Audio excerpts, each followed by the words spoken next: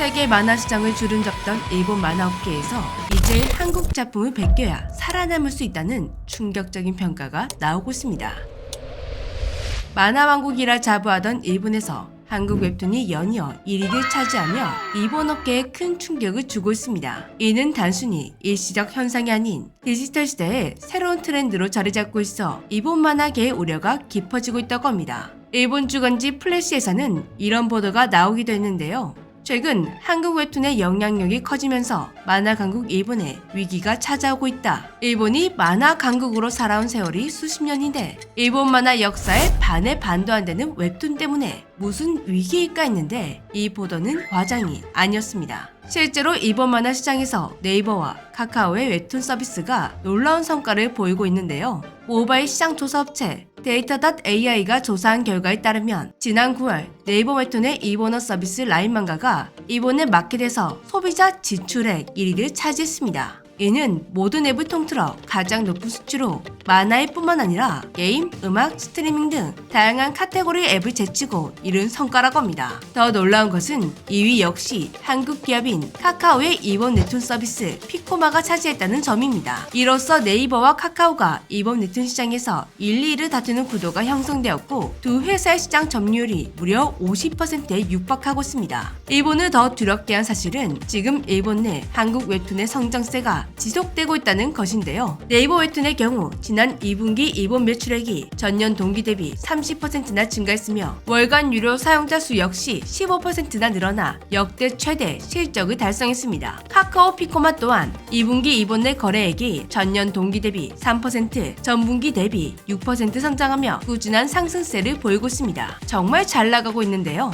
그렇다면 일본에서 한국 웹툰이 성공하게 된 비결은 무엇일까요? 플래시에서는 그 이유를 다음과 같이 분석하고 있습니다. 첫째, 스마트폰 시대에 최적화된 포맷. 지면으로 나오는 일본 만화는 스마트폰으로 보기 어렵지만 웹툰은 하나하나의 컷이 화면 가득 표시돼 그림이 크고 박진감이 넘친다고 설명했습니다. 즉, 세로 스크롤 방식의 웹툰이 현대인의 모바일 사용 습관에 더 적합하다는 것입니다. 둘째, Z세대를 사로잡는 컨텐츠. 플래시는 한국 웹툰이 Z세대로부터 절대적인 지지를 받고 있다고 분석했습니다. 디지털 네이티브인 Z세대에게 웹툰의 직관적이고 몰입도가 높은 스토리텔링 방식이 더욱 매력적으로 다가가고 있는 것입니다. 셋째, 다양한 장르와 신선한 소재. 한국 웹툰은 로맨스, 액션, 판타지뿐만 아니라 일상, 스릴러, SF 등 다양한 장르를 아우르며 참신한 소재로 독자들의 흥미를 끌고 있습니다. 넷째, IP의 확장성. 카카오 웹툰 IP를 기반으로 한 디즈니 플러스의 오리지널 컨텐츠 무빙이 대표적인 예입니다. 웹툰을 원작으로 한 드라마, 영화, 게임 등이 연이어 성공을 거두면서 K 컨텐츠의 글로벌 확산에 기여하고 있습니다. 제대로 분석한 것 같은데요.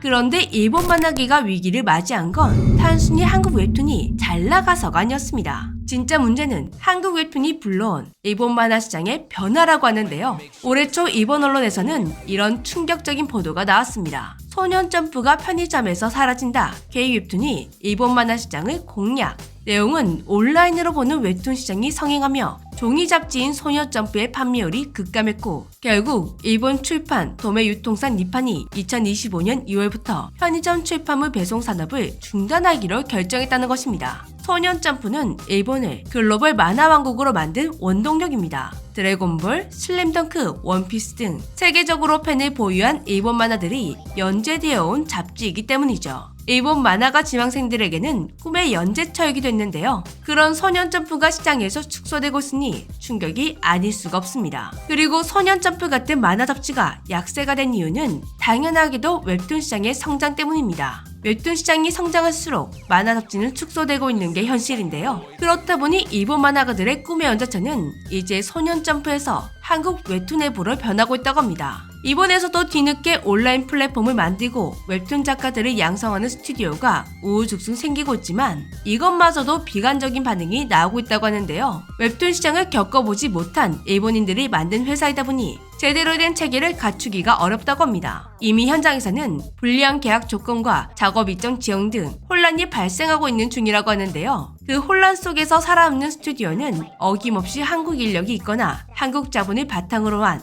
스튜디오였다고 합니다. 또한 그림 방식에도 많은 변화가 있습니다. 여전히 이번에는 그림을 잘 그리는 작가들이 많지만 웹툰 특유의 채색을 낼 수 있는 인재들이 턱없이 부족하다고 합니다. 그렇다 보니 이번 만화 업계에서는 TTP라는 말이 유행하고 있다고 하는데요. 테테이니, 테키니, 파쿠레, 한국을 철저하게 베껴라. 한국 유명 작품을 교과서처럼 한 컷 한 컷씩 분석해 콘티를 짜는 방법부터 채색, 이펙트 등을 완벽하게 분석해 자신의 작품에 담는 것입니다. 상황이 이렇게 흘러가다 보니 일본 만화 업계 한 관계자는 일본이 축적해온 만화 경험 60년을 모두 리셋해야 한다 라고 말하기도 했습니다.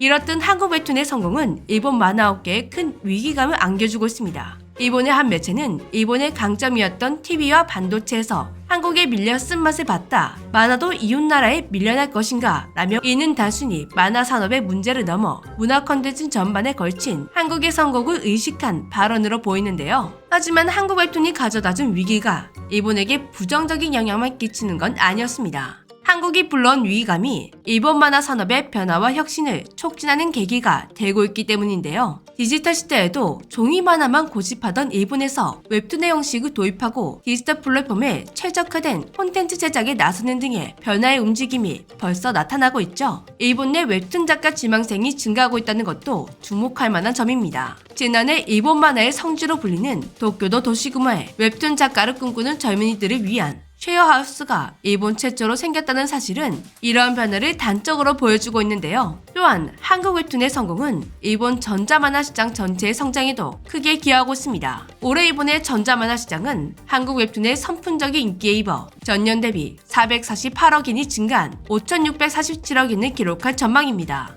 이는 위기 속에서도 새로운 기회가 열리고 있음을 시사하는데요. 한국 웹툰의 일본 시장 석권은 단순히 하나의 컨텐츠 형식의 성공을 넘어 디지털 시대 문화 컨텐츠의 새로운 패러다임을 보여주는 사례라고 할 수 있습니다. 스마트폰과 인터넷이 일상화된 현대사회에서 독자들의 취향과 소비 패턴에 맞춘 한국 웹툰의 혁신적인 접근이 빛을 발하고 있는 것인데요. 한국 웹툰의 성공은 분명 축하할 만한 일이지만 동시에 우리에게도 시사하는 바가 큽니다. 현재의 성공에 안주하지 않고 끊임없이 혁신과 품질 향상을 통해 글로벌 시장에서 경쟁력을 유지해야 합니다. 다양한 문화권의 독자들을 고려한 콘텐츠 제작과 현지화 전략도 중요한 과제가 될 것인데요. 앞으로도 한국 웹툰이 일본을 넘어 전 세계 독자들의 마음을 사로잡으며 글로벌 콘텐츠 사업의 새로운 지평을 열어갈 수 있기를 기대해봅니다. 지금까지 재미쥐였습니다. 안녕.